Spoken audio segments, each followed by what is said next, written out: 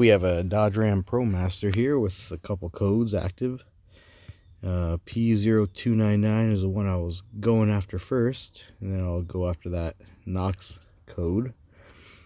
So that is the underboost code. So the first thing to do would be a visual inspection. Check your air filters, check any of your piping for leaks. If you have a smoke machine, that would be really nice and handy. Or just go on a road test with your windows down, see if you can hear anything. Which in this case, I kind of got lucky. You see a little bit of oil there on that hose. Try to focus in here. And that hose is actually split.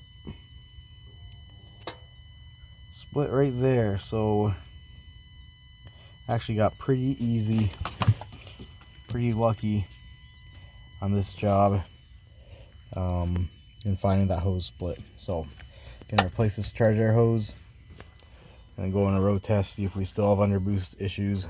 If we do, then start just checking for plugged intake manifold pressure sensor, check our EGR system. But yeah, visual inspection of your hoses is really important and a super quick way to find the issue. All right, take care.